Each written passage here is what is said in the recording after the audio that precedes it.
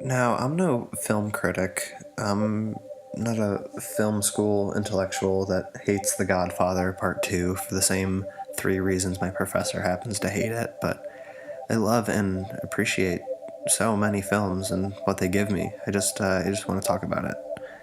And I want to talk about Lost in Translation. Sofia Coppola is an incredible and renowned director and screenwriter. She's made so many great works like Marie Antoinette, Lick the Star, for God's sakes, The Virgin Fucking Suicides, and her 2003 knockout Lost in Translation is just the full package. We got Bill Murray, alright, no problems there, and we got Scarlett Johansson, who is my favorite trans PSC actress, and a story that is warm without making you sweat and cold without making you go look for a little blanket. Does that make any sense? There's two things this movie does which I like. One being romance without, or non-sexual intimacy, and its world building.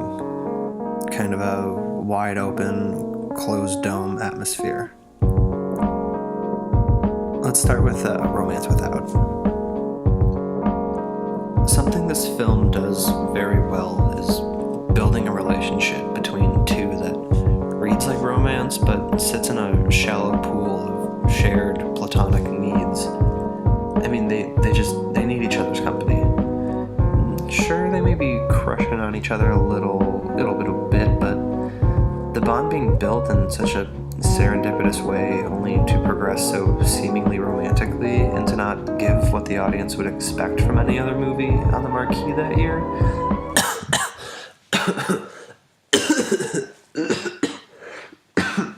is incredibly refreshing and real, and I don't think anyone finishes Lost in Translation and wishes they had witnessed them fall in love, because the story was so much better than that. And for me?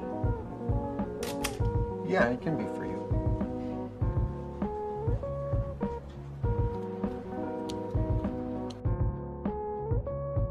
Obviously, world building is usually used to describe shit like Lord of the Rings or Hermione Potter or that shit, but every movie is a world, and if it feels unique to itself, it becomes so much more convincing and enjoyable. And the world Lost in Translation builds is an urban playground. I mean, yeah, it's just two Americans running around a country with little respect for the language or culture, but it does a great job at making downtown Tokyo seem like an endless display of color and opportunity.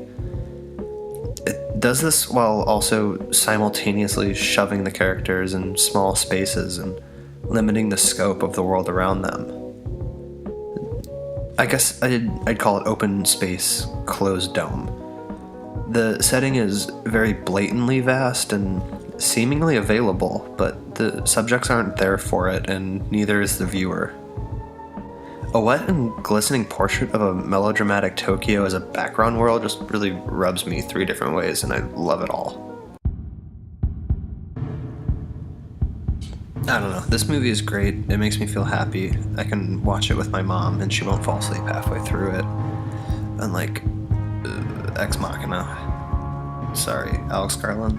That's a thumbs down from Mama Marsden. Lost in Translation is great. If you haven't seen it, watch it and walk through your city listening to the Jesus and Mary chain in your headphones and wonder why no one understands you or likes you.